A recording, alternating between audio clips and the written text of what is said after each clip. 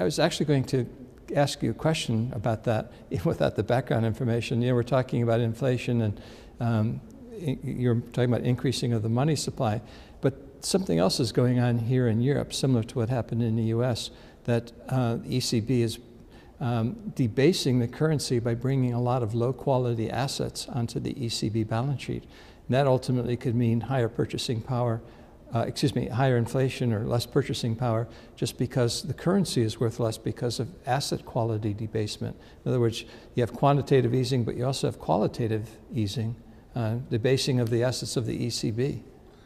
Yes and no. I mean, first of all, any purchases of the ECB of bonds of Italy, Spain, Greece, Ireland or whatever is being sterilized by monetary measures. In that respect, there's a big difference between the approaches of the Bank of England, the Bank of Japan or the Federal Reserve in the United States.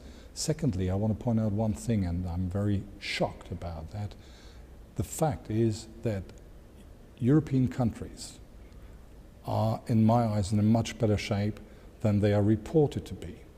To give you a clue, take Ireland. Ireland went under the umbrella of the European mechanism in October 2010. At that time, Ireland held a liquidity reserve of 25% of GDP, 47 billion. And they wouldn't have needed the capital markets until end of 2013. And these aspects are are absolutely not discounted in financial markets. Let's talk about Italy, yes. They have a debt of 120% of GDP. They stood at 114% of GDP when they entered in 1999 into the euro, so we have an increase of 6% after the harshest crisis since 1929-32. In the same time frame, the US indebtedness, if you take the public debt from the US Treasury, we had an increase from less than 50% to 100%. That is a bit of a dynamic, not the 6% of Italy. The next point is Italy is rich. The government owns so many parts of the economy, so we shouldn't only look at the debt, but we also have to look at the assets of the government. Italy has got a primary surplus of 3% of GDP. That's the best number in the eurozone. Why don't we discuss these things? We have currently a situation where there's an aggressive speculation against eurozone countries where they just look at negative aspects and they don't focus on positive aspects, and they also don't focus on the progress of reforms. Go back to Ireland. Ireland is performing very well. They were marked down by rating agencies aggressively within months. Now things improve. Why don't we see a grade up? If you grade down quickly, you should grade up quickly. It's not happening. This is ridiculous. Talk about Spain. Spain has a debt GDP ratio of 68%. Germany has got 83%, but Spain is in danger of going bankrupt.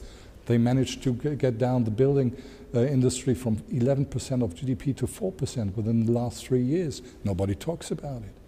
And the whole structure of this country is absolutely in order. They are, together with Germany, leading in the technical environment of alternative energies, etc. They are second biggest supplier of car components, etc. So things are not as dire as they are reported. Why are people focusing on the negative rather than the positive? Is it a reflection of the fact that, in the post-Lehman Brothers collapse, everybody's worried about, what's going to be the next collapse, and therefore they ignore the positives and just focus on the negatives? Yes and no, but I think there's a political side to it.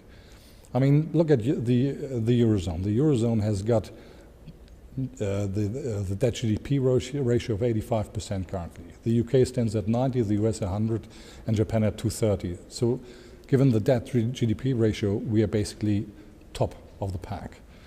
Look at the new debt, 2009, eurozone 6.3, US more 11, UK 11, Japan more than 10. 2010, 6% eurozone, US 12, UK 11, Japan somewhere towards the 20s and 30s. This year, eurozone 4.3, US 9, and the UK at 10, and Japan more than 10. Again, we are outperforming all of the others.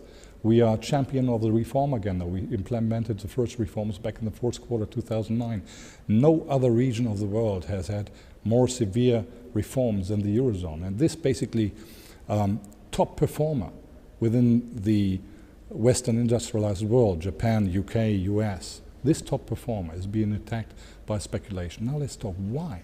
So I think there's a political taste to it, and the political taste is clearly as writing on the wall. The US is doing no reforms, is having high indebtedness, still lots of structural problems being unresolved, having a government which is not able to implement reforms due to the standstill between Democrats and Republicans, but it's out of the focus. Europe is the focus. The UK has got a very weak economic environment. They are not hitting the targets of debt reduction, but nobody cares. But if it happens in the eurozone, everybody cares.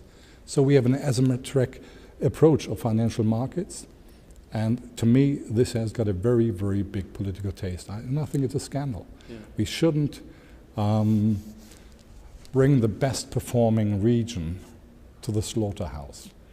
It wouldn't make sense in my eyes. But how's this going to play out? Because it does look like the vultures are circling and focusing on, you know, the periphery, taking them out one by one, or planning to, or at least that's what it seems to be headed. From time to time I'm invited into Berlin, and what I've been saying throughout the last 18 months is we need ring fencing in the eurozone, and they wouldn't have listened. What is happening now is a sort of ring fencing with the ESFS, and I want to point out one more thing. The ESFS and putting leverage onto it is one thing. The other thing is the ECB. The ECB has got reserves amounting 383 billion euros. So that's lots of firepower, and I think they understood the message, that this is not only a thing where the market is discounting fairly, but that this is also a competition regarding power. Yeah. Do you believe the euro then is going to get through this crisis? I'm positive, because from what I hear from the central banking side, from the political side, is that they understand the topic now more completely, at least, as they did before July 2011. Mm-hmm. But is Northern Europe going to have to bail out Southern Europe? Up to a certain extent, yes, but I'm not having a problem with that. As I said, I think the Italian fundamentals are much better. In that respect is the current interest rate they pay at the capital markets for 10-year bonds at more than 6%, quite a bonanza. I wouldn't buy any German bond at the current stage. I would buy Irish bonds, I would buy Spanish bonds and Italian bonds, because these countries are well on the way. The point is, well, we have to take care that there is no disintegration of the eurozone. The disintegration of the eurozone would simply have a psychological shock effect on Europe, and then reforms and the progress of reforms will not be discounted at all.